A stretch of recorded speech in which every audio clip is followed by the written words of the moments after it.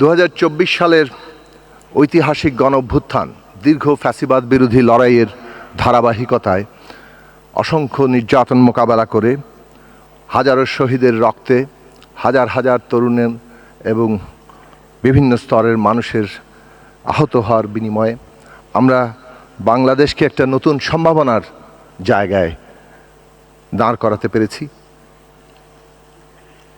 এই রক্তের ঋণে আমরা আবদ্ধ এবং সেই আবদ্ধ হয়েই 2026 সালে 12ই ফেব্রুয়ারি জনগণ যে ম্যান্ডেট দিয়েছেন মাননীয় প্রধানমন্ত্রী জনাব তারেক রহমানকে এই রাষ্ট্র পরিচালনার জন্য, এটা কেবল একটি সাধারণ সরকার গঠনের ম্যান্ডেট নয়। এই ম্যান্ডেট হচ্ছে একটি গণতান্ত্রিক, মানবিক ও কল্যাণমুখী রাষ্ট্র প্রতিষ্ঠার যেই পরিকল্পনা তিনি দীর্ঘ নির্বাসিত জীবন শেষে দেশে সেই ঘোষণা করেছেন।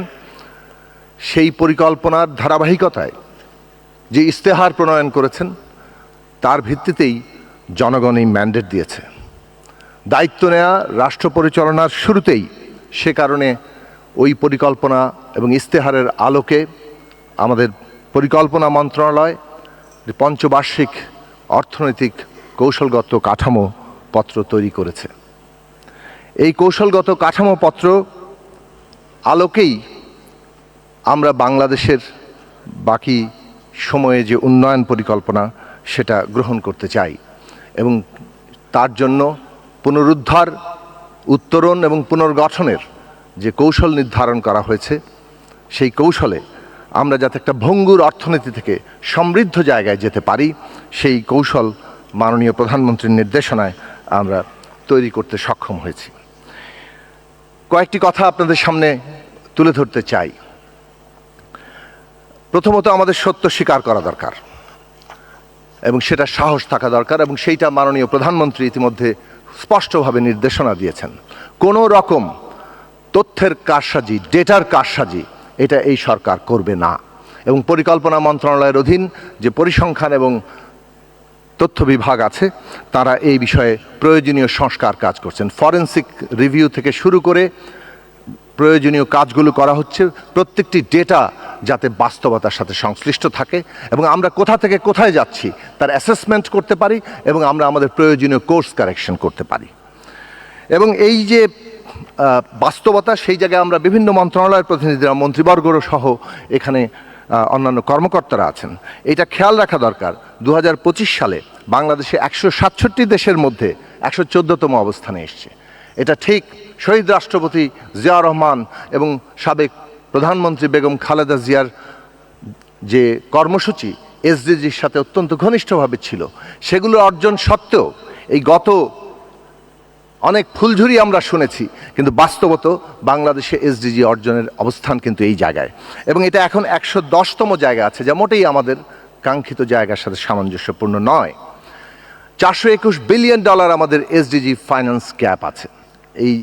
এই গ্যাপ, এই দীর্ঘ অর্থায়ন গ্যাপ আমাদের জন্য একটা বড় চ্যালেঞ্জ এবং এই সব চ্যালেঞ্জ সামনে রেখেই আমাদেরকে এসডিজি অর্জনের লক্ষ্য পূরণ করতে হবে এবং এটা অত্যন্ত গুরুত্বপূর্ণ বিষয় যে এই সরকার যে সমস্ত কর্মসূচি গ্রহণ করেছে এবং তার যে অর্থনৈতিক পরিকল্পনা সেটা এই এসডিজি অর্জনের সাথে একেবারে অঙ্গাঙ্গিভাবে যুক্ত প্রত্যেকটি বিষয়।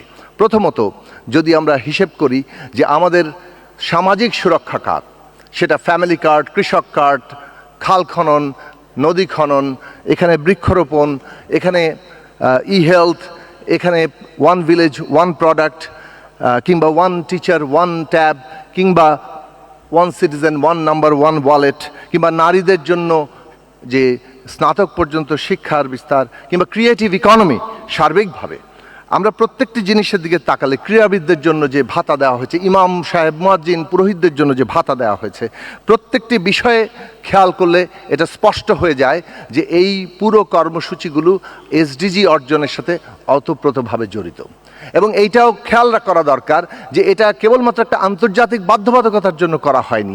এটা বাংলাদেশে যে সামগ্রিক উন্নয়নের যে লক্ষ্য ঠিক করা হয়েছে, জনগণের উন্নয়ন, সবার আগে বাংলাদেশ, তাকে সবার জন্য বাংলাদেশ করা, সেই জায়গা থেকে এই উন্নয়ন পরিকল্পনা করা হয়েছে। এবং তার জন্য সামাজিক সুরক্ষা, শিক্ষা, স্বাস্থ্য এবং বাসস্থানের মতো মৌলিক জায়গায় বিনিয়োগ এবং সার্বিকভাবে বিনিয়োগ নির্ভর, কর্মসংস্থানমুখী, উৎপাদনমুখী একটি অর্থনৈতিক ব্যবস্থা গড়ে তোলা, তার জন্য তরুণদেরকে প্রশিক্ষণ দেওয়া, সেটা প্রযুক্তিগত দিক থেকে এবং উদ্যোক্তা হওয়ার জায়গা থেকে, এবং বাংলাদেশ যাতে ব্যাপকভাবে অর্থনীতির সম্প্রসারণের মধ্য দিয়ে আমাদের সকল মানুষের উন্নতি সাধন করতে পারে।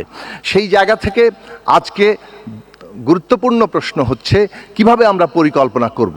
আমরা ইতিমধ্যেই প্রত্যেকটি মন্ত্রণালয়ের সাথে বৈঠক করার চেষ্টা করছি এবং সেখানে দুটি বিষয় খুব গুরুত্বপূর্ণ।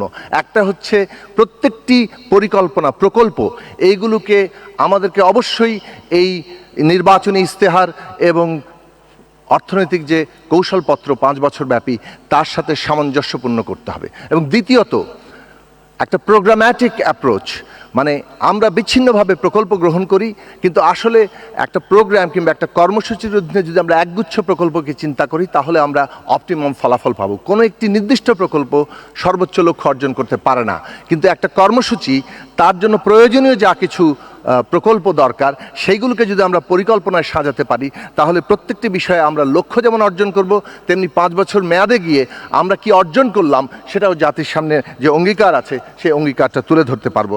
আশা করি প্রত্যেকটি মন্ত্রণালয় সেই বিষয়ে গুরুত্ব দিবেন, এবং গুরুত্ব এই কারণে নয় যে আমরা আবারও আন্তর্জাতিক কোনো বাধ্যবাধকতা অথবা দিন শেষে একটি প্রতিবেদন আমরা তৈরি করে দিব যে আমরা বেশ এগিয়েছি। এটা বাংলাদেশের মানুষের উন্নতির জন্য যে রাজনৈতিক অঙ্গীকার নিয়ে রক্তক্ষয়ী সংগ্রামের মধ্যে দিয়ে এই সরকার দাঁড়িয়েছে, সেই সরকারের সত্যিকার কার্যক্রম এবং সেই কার্যক্রমের যে যাত্রাপথ, সেই যাত্রাপথে আপনারা অংশ নেবেন। এবং আজকে 3টি গ্রামের যে ভিলেজ পাইলট প্রজেক্ট, এইটা যাতে সারা বাংলাদেশে আমরা ছড়িয়ে দিতে পারি, এই পাইলট প্রজেক্ট শেষে সেই কাজে সকলে মিলে আমরা একসাথে হব, সেই আশাবাদ রেখে এবং এই অনুষ্ঠান আয়োজনের সাথে সংশ্লিষ্ট সকলকে আমার ধন্যবাদ জানিয়ে আমি আমার কথা বলা শেষ করছি।